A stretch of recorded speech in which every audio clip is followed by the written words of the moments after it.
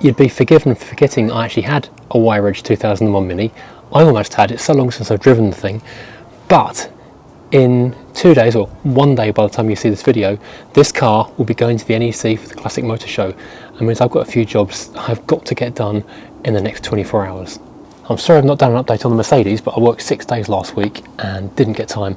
Plus at the NEC, I'm hoping a few of the bits I need for it, like the fuel pump, are going to be maybe a bit cheaper on special offer or something on one of the trade stands. So this week it's all about the Mini. This car's got the wrong stereo. Someone at one point put a nice new Sony stereo in it, which looks great, but it's not the original. My driver's door is quite worn on the silver, so I'm going to give this a clean up and get this into the car. Then I've got to give it a wash and a hoover, black all the black bits, clean up under the engine bay, and it's going to rain tomorrow, so this will be good fun. Oh, it's tomorrow. I should have done this last night when it was sunny and not really windy. There's amazingly a lull in the wind right now, so you can hear what I'm saying. But while it's not raining, I'm going to hoover the inside out, wash it, clay bar it, polish it and wax it. Got some really nice red finish wax for this thing, which should look really cool. And then once it starts raining again, I can work on the inside of the car and hopefully get it looking spick and span. Right, let's get a bit of a wash going on.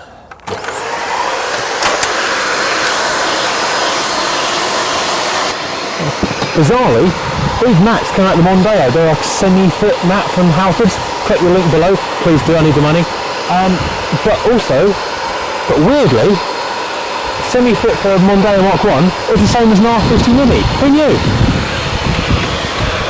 One thing I'm annoyed about that I can't fix on this car is that the previous owner smoked pretty heavily in it. And it's got some quite nasty fag burns in the carpet that I don't think I can do anything about. Now I've got one more dilemma I need to decide what to do about today. This is the original seat that came with this car. It's got a bit of staining in it that I can't shift, and it's been re-dyed at some point in a slightly too black and too shiny shade. It doesn't 100% match the colour I've dyed the driver's seat to, which is the correct shade. And also the seat recline doesn't work that well. Now over here, this is a seat from car 204. Mine is car 202 off the production line. So it's got the correct shade of grey. It's in slightly better condition, but I would still need to dye it anyway, so whichever one I choose, I've got to dye it. But the reclining mechanism works better, and it's got the seat back mesh. However, this fabric is very stained indeed, so I don't know if I'm going to have time to do anything with this today.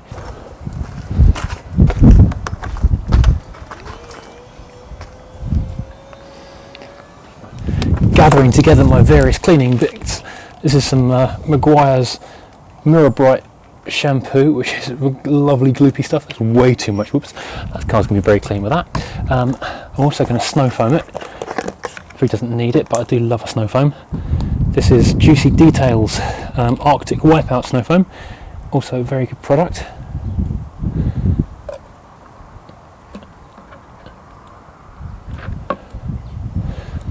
Two capfuls of this stuff is about right for this bottle. Whoops, oh dear. Just under 2 capfuls, as I just put it on the side, because I'm talking to the camera, not looking what I'm doing. Brilliant. And I'm also going to give some bleeding iron to the wheels to get that out of there. And I will of course be using a 2-bucket system because I want my wheels, sorry, I want my paint to come out scratch free.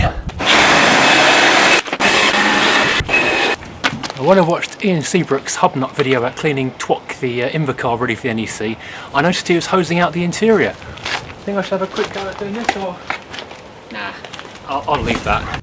10:25, it's time for Popmaster. I can't work through that, everyone knows you can't work through a Popmaster. No, you can't. One word to the titles of these solo #1s for Art Garfunkel. Water. Eyes is right. Oh, right eyes. That was rubbish. I got like 9 points on that. I normally get about 20 something. I'm going to do the wheels while they play the song and get the next contestant on. This stuff is brilliant. Bleeding iron, it just extracts the iron for the brake discs and brake pads that's bedded into the paint on the wheels, and just lifts it out of the paint non-damagingly. Now while the bleeding iron is doing its business, I'm going to hit the car with some Arctic Wipeout snow foam from Juicy Details. I've not used many other snow foams, but they do seem to lift the dirt out of the paint and leave it with like a bit more of a sheen and a shine that really glows, especially after you polished it. So let's snow foam.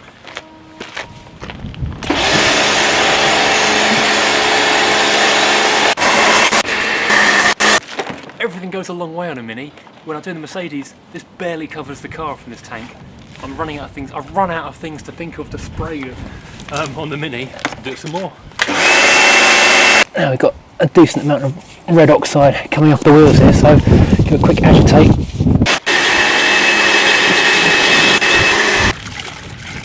Now, good old-fashioned bucket and sponge, 2-bucket method, so the grit stays away from the car. I realise I'm going into far too much detail about how you prep a car for a show. I'm just washing it. I will do an actual detailing video at some point. One of the things that makes these wire edge cars special is that the paint on the roof and these shut areas under the bonnet as well is really, really thin. And you can actually see it's wearing through, and it must have been washed about 12 times in its life. 11 of those by me. So you have to be super careful. You can't polish this area, you can't scrub it too hard, or you just wind up going back to the red paint which is beneath the white on the boot, or just straight back down to the base coat under the bonnet. And now the last go around with the jet wash. Now to do a quick chamois off before we get to the good stuff. I don't know what this stuff is. It's like Play-Doh or putty or something, but in hot weather it was dripping out of the roof of the lockup where this car lives, and it's all over the windscreen, and it was on the bonnet, and I keep finding more globs of it. I'm going to have to line the roof of that lockup if I keep on renting it. Before I polish and wax this car, I'm going to give it a bit of a clay bar to get all the imperfections out of the paint. It feels pretty good, to be honest, so it shouldn't take too long.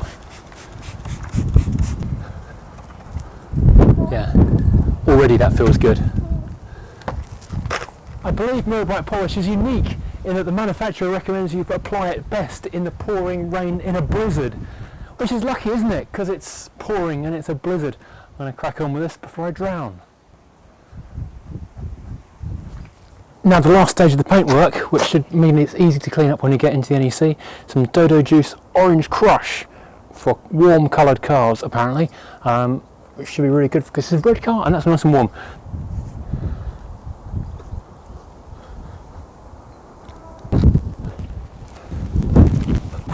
That's the clamshell done. That's going to polish off. Oh, that comes up pretty nice, doesn't it?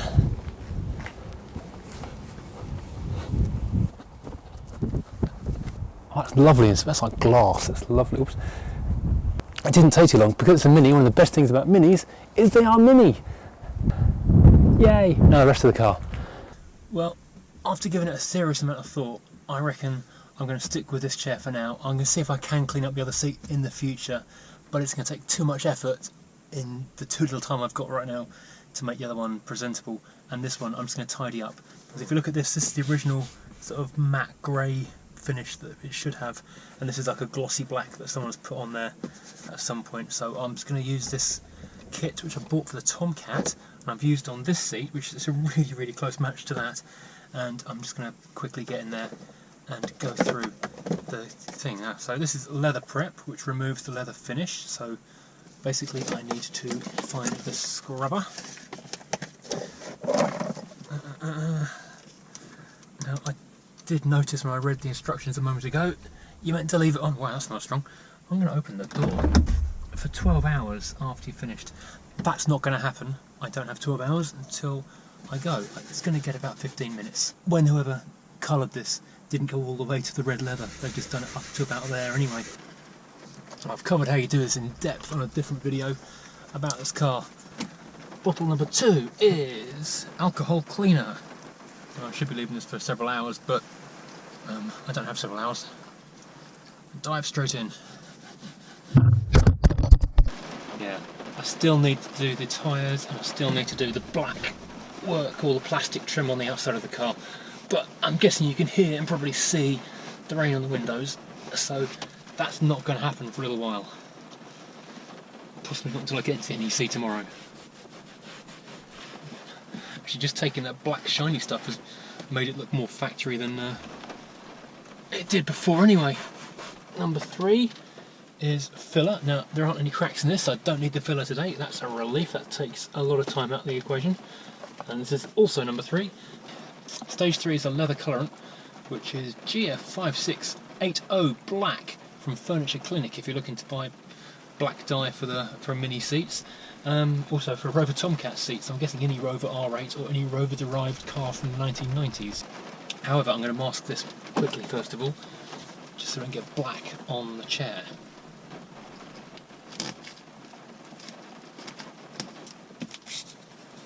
That masking isn't really holding on too well, but I just have to go real careful and do it very lightly. Really doesn't take a lot of this colouring to dye the seat, just needs a real light coating of it. Cool, right, that was a very fast version of how you put colour dye on a leather seat. 2 versions of this leather finish. You have to let this dry for a little while. But yeah, this is the glossy finish, which I've never used, and this is the satin finish, which is nearly all gone. So I'll let that dry for a little while, and then I'll wipe that on. Meantime, I'm going to go take a look at the radio. I'll have a cup of tea first, because the brain is getting stupid now. Yeah, not going to do any more for a little while. Before I do anything more to it, I'm going to do the radio, because that is waiting to be changed, and I hope this does actually work still. So yeah, my neighbour has an R53 Mini, which came with the same stereo as this car did originally, so I'm going to try and refit this original looking radio back into the dashboard if I can. Oh, that's more screws than I was hoping for. I'm going to the sides if I like to do this. Well, before I do it too far, I'm going to check what connections are on the back of this, whether it's been butchered or whether I can just reconnect it. So, I have got various connector blocks. Well, that's different to that. So these two go happily together. But this coming out of the dashboard is little round sockets for round pins, and this is square plugs. Okay, so someone has bought the right adapter to plug a Sony into this. Ah, oh, damn it, it's not got the right adapter anymore. That goes that plan for tomorrow. Well, that's my afternoon got a bit easier then, didn't it? Well, on the plus side, it's a good Sony, so hey. So this is the finished passenger seat. It still looks a bit shiny because the final coating of stuff is still damp, but it's actually a far closer match to the driver's seat than it was before, so I think we just about got away with it. This is wear on the driver's door card, where it's all kind of scuffed and scratched around where you grab it when you open it and close it. Now, the rest of the card is actually really good, so let's go and have a look at it. So, this door card, the replacement, is better on the door handle itself. It's got goop stuck to the speaker casing, so I'm in two minds as to whether to bother doing this or not. I'll improve this, but worse than that, and these marks here should wipe off. Maybe I should go with the honest approach and say this is how the car is after its 17 years. Okay, home straight now. So I've abandoned the radio because I haven't got the adapter, and I've abandoned the door card because I think it's 6 of one, half dozen of the other as to whether it's any better or not. So now, just quickly dusting and polishing the interior, and if the rain eases up a bit, I'll dust and polish the engine bay as well. No, I should do the outside as well, but probably not a lot of point just now. That's interesting how that's just starting to come loose after 17 years. I don't see it's improving anytime soon, so I'm just going to get wet while I clean the engine up a little bit. As this weather's pretty grim, I guess I'll be doing a lot of polishing tomorrow afternoon inside the NEC. Well, the weather's not letting up, and I've done 75% of what I wanted to do. The car is clean, it's waxed, it's clean under the bonnet, it's clean inside. I didn't change the door card because I didn't think there'd be an improvement, which is worse in different ways. I didn't change the radio because I didn't realise I needed a plug. I should have thought of that as a schoolboy error. And I've not blacked the plastic, but I can do that in the NEC in the dry tomorrow.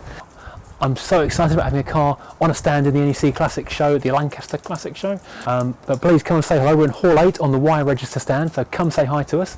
And please, I'm going to ask you so nicely, keeping this channel running takes a lot of time, and if you could see your way clear to following the link to furiousdriving.co.uk and clicking on a link to Amazon or eBay or Halfords or even EBC, and if you buy anything at all, that helps pay for this channel and keep me making these videos.